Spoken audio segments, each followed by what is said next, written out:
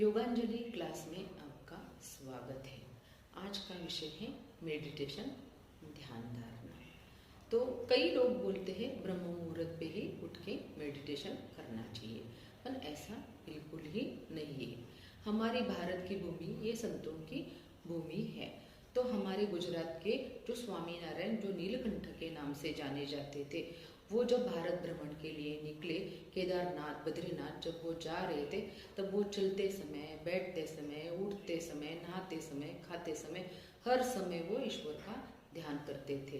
वैसे ही हमारे महाराष्ट्र में संत लोग थे, जो हमारे सावता माड़ी जो थे, वो खेती बाड़ी करते करते ईश्वर का नाम लेते थे और भजन में भी गाते थे कि कांदा मुळा भाजी अवघी मिठाई माझी। इसका मतलब है प्याज मूली यही हमारे परमेश्वर भगवान है।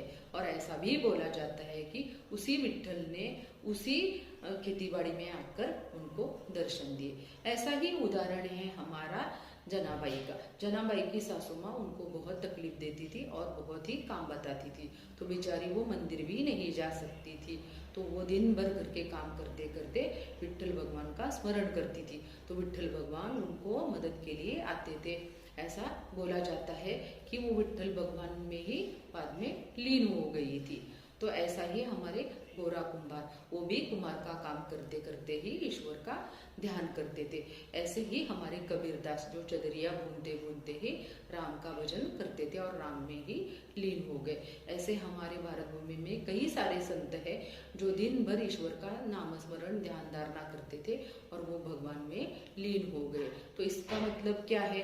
किसी ब्रह्म मुहूर्त पे ही उठ के एक जगह पे ही बैठ के ही ध्यान धारणा नहीं होती। आप दिन भर कभी भी ध्यान धारणा मेडिटेशन कर सकते हो। इसके मेडिटेशन के बहुत सारे स्टेजेस होते हैं। कई लोग क्या बोलते हैं, देखिए हम मेडिटेशन करने बैठ जाते हैं तो बहुत सारी आवाजें आती है, हमें घर के काम याद आते हैं, हमें बच्चों का ख्याल आता है, हमें मेहमान याद आते हैं, हमें बहुत सारी चीजें याद आ जाती है, तो हमारा मेडिटेशन नहीं लगता है। मेडिटेशन एकदम से ऐसे नहीं लगेगा, उसके लिए कई स्टेजेस से हमें गुजरना पड़ेगा।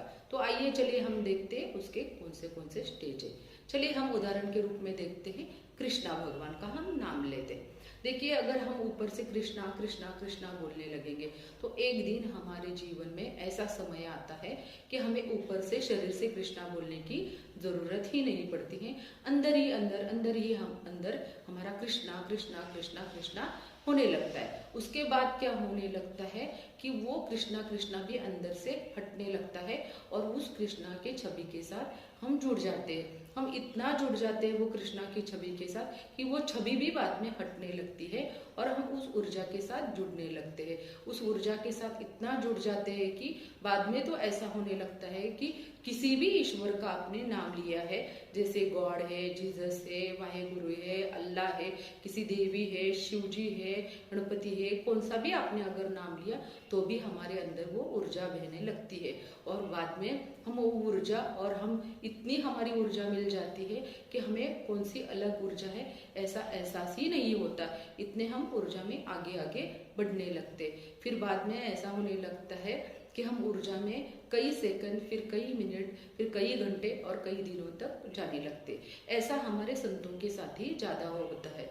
तो इसीलिए उनको बोलते हैं कि समाधि अवस्था, जो समाधि अवस्था तक जाते हैं वो हमारे संत होते हैं। लेकिन हम संसारधारी भी वहां तक पहुंच सकते हैं।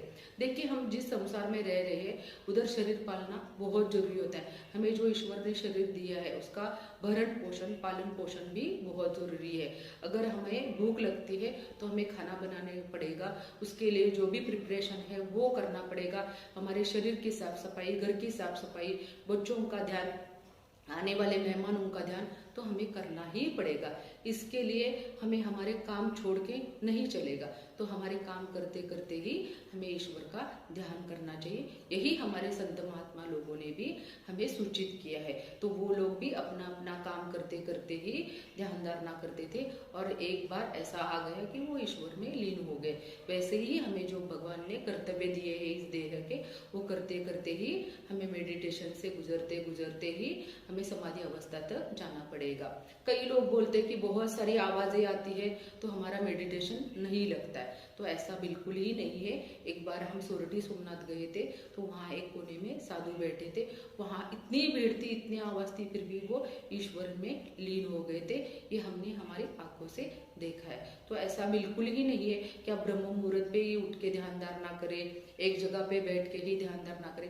कई बार ऐसा हो जाता है कि लोग बहुत दिन भर काम में व्यस्त होते हैं, कई लोग बीमार होते हैं, एक जगह पे बैठ नहीं सकते हैं, तो वो लोग क्या मेडिटेशन ध्यान धारणा नहीं करे क्या? तो ऐसा बिल्कुल ही नहीं। इसका मतलब क्या है? ब्रह्म मुहूर्त पे ही उठ के एक ही जगह पे बैठ के अगर बहुत आवाज़ आ रही है तो हमारा मेडिटेशन नहीं होगा, ऐसा बिल्कुल ही नहीं है। तो आपका मेडिटेशन करने का स्टेजेस ही नामस्मरण से स्टार्ट हो जाता है।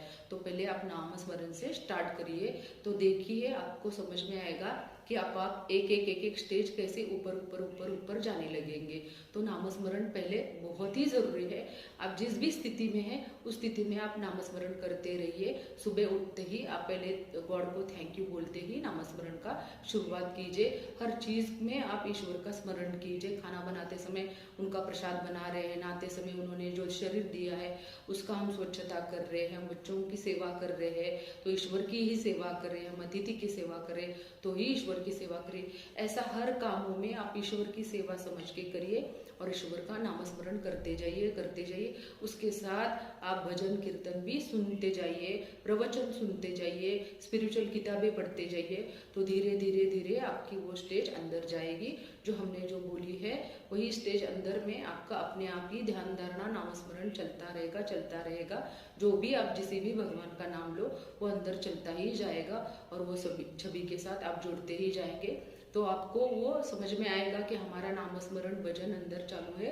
वो छवि के साथ हम एकदम एक रूप होने लगे हैं और एक रूपता से जब जुड़ने लगते हैं तब हमें समझ में आता है कोई भी छवि की आवश्यकता नहीं है, कोई भी ऊर्जा की आवश्यकता नहीं। हम ऊर्जा में ही इतना बहने लगते हैं कि हम ऊर्जा के साथ हमें समझ में आता है, वो जुड़ाव हमें महसूस होता है। वो जुड़ाव के साथ हम इतना पॉजिटिव फील करने लगते हैं कि हमें वो परमानंद की स्थिति आने लगती है, आनंद महसूस होने लगता है, पीसनेस आने लगता है और एक तरह की शांति हमारे भीतर और बाहर आने लगती है और हम धीरे धीरे ईश्वर में होने लगते हैं। उसके बाद वो ऊर्जा और हम जब एक होने लगते हैं तब हम उसमें इतने लीन होने लगते हैं कि उसका हमने जैसे बोला है वैसा ही कई सेकंड के लिए, कई मिनट के लिए हम आगे बढ़ने लगते हैं।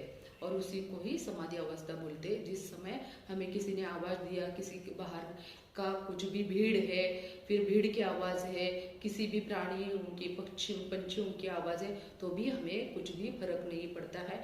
और हम उठे हैं, बैठे हैं, सोए हैं, उसका भी फर्क नहीं पड़ता है। तो इसी तरह से ये मेडिटेशन होता है। तो मेडिटेशन के लिए कोई भी समय निर्धारित नहीं है, कोई भी जगह निर्धारित नहीं है और कोई भी स्थिति निर्धारित नहीं है। बस हमें नामस्मरण से जुड़ते जुड़ते आगे जाना है। इसी को मेडिटेशन, ध्यान धारणा और समाधि अवस्था बोलते। तो आज आपको समझ में आया होगा कि मेडिटेशन, ध्यान धारणा क्या है। तो आज के वीडियो में इतना ही। अगले वीडियो पे अगले विषय पे बात करते हैं। तब तक के लिए धन्यवाद।